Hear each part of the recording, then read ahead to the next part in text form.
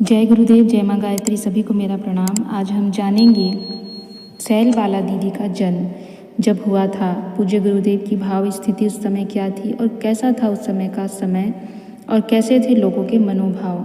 आज हम जानेंगे गीता जयंती का वह पर्व और गीता जयंती का वह दिन जिस दिन शैल बाला दीदी का जन्म हुआ, हमारी प्यारी जीजी का जन्म हुआ था। संवत 2009 के मार्गशीर्ष मास का शुक्ल पक्ष था, तिथि एकादशी, गीता जयंती का दिन था। उस दिन दोपहर के समय मथुरा की तहसील में गायत्री तपोभूमि के लिए लिखा पढ़ी हुई 6,000 रुपये चुकाने के बाद वह बगीची वेद माता गायत्री के नाम से हो गई। श्री राम के साथ नारायण पंडित और श्यामलाल भी थे। उस तरफ से बगीची के मालिक हरिचंद और यह सौदा कराने वाले विनय पटेल। बगीची का स्थायित्व विधिवत कागजों पर गायत्री माता के नाम हस्तांतरित होने के बाद चारों पांचों ने एक दूसरे का मुंह मीठा कराया। उसके बाद एक बार बगीची गए। श्री राम ने उस स्थान को देखा और साथ आए कार्यकर्ता से कहा, आज गीता जयंती है। भगवान कृष्ण ने आज ही के दिन अर्जुन को गीता का उपदेश दिया था। इस स्थान पर गायत्री का वैधानिक अधिकार हो जाना भी एक अविस्मरणीय क्षण होगा। कुछ देर तक तपोभूमि का निर्माण योजना पर चर्चा करने और कुइयां के जल से आचमन के बाद श्री राम अखंड ज्योति की ओर रवाना हो गए। हल्की फुल्की सर्दी शुरू हो चुकी थी। धूप में तेजी घटने लगी थी। श्री राम ने घर तक पैदल ही चलने का प्रस्ताव रखा। कहने लगे कि सुबह से ही रिक्शे वगैरह पर चल रहे हैं, अब थोड़ा टहलते हुए निकल जाएं। चौक तक दोनों साथ आए। वहां से श्री राम अकेले ही घिया मंडी की ओर रवाना हुए। निवास की सीढ़ियां चढ़ते हुए ऊपर पहुंचे ही थे कि सामने ताई जी आती हुई दिखाई दी।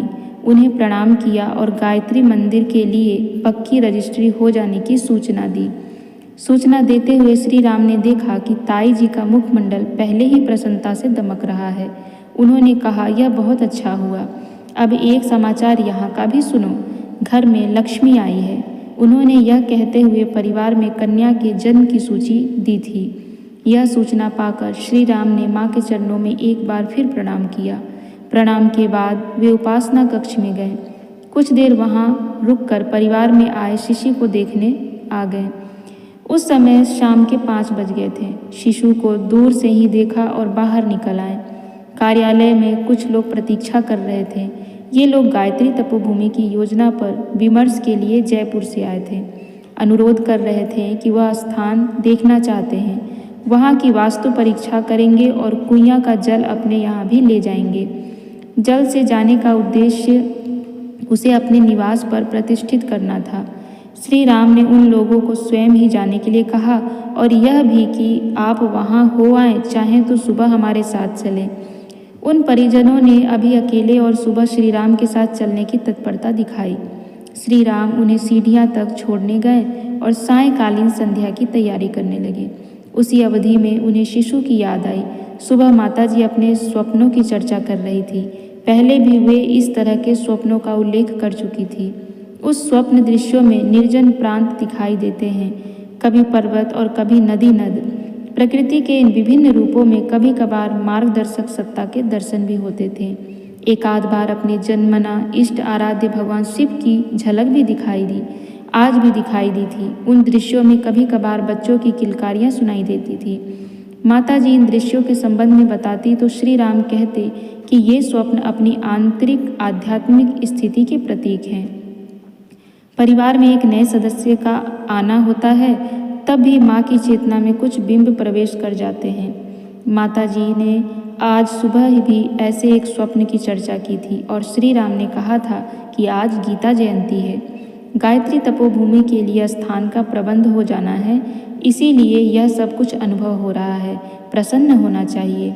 सायंकालीन संध्या पूरी की तो तरंग उठी कि पूर्णिमा के दिन तपोभूमि का शिलान्यास कर लिया जाए। इसके बाद तपोभूमि का कार्य गति पकड़ने लगेगा।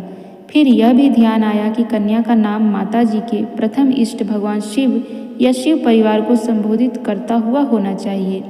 ऐसा नाम जो शिव शंकर के अर्थ को भी या उन्हें इंगित करता हो। ताई जी के मुंह से 3-4 नाम निकले, शिवा, गौरी, पार्वती, शैलबाला। उसके बाद उन्होंने ही अंतिम नाम पर अपनी मुहर लगा दी। कहा, शैलबाला ठीक रहेगा। रात में सोने से पहले उन्होंने शिलान्यास कार्यक्रम की रूपरेखा निश्चित कर ली।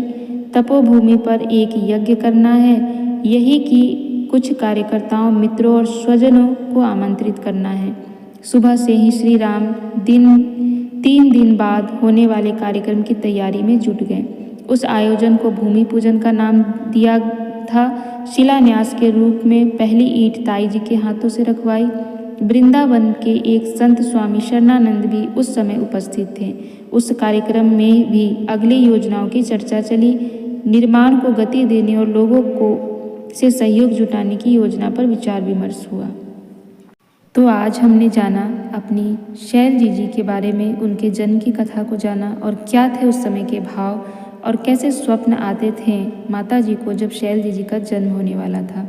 तो हमने शैल जी के जन्म को जाना और यह भी जाना कि शैल जी का नामकरण कैसे हुआ। अपनी जीजी के जन्म के विषय में जानना हमारे लिए एक अलौकिक क्षण है। वह भी कोई साधारण व्यक्ति नहीं है। जो महाकाल और महाशक्ति का अंश हो वो साधारण तो नहीं हो सकती हैं। इसीलिए शैल जी को भी बारंबार प्रणाम है और सदैव उनकी कृपा आशीर्वाद हम सभी पर बने, ऐसी ही हमारी इच्छा है, ऐसी ही हमारी कामना है। जय गुरुदेव, जय माँ गायत्री, सभी को मेरा प्रणाम।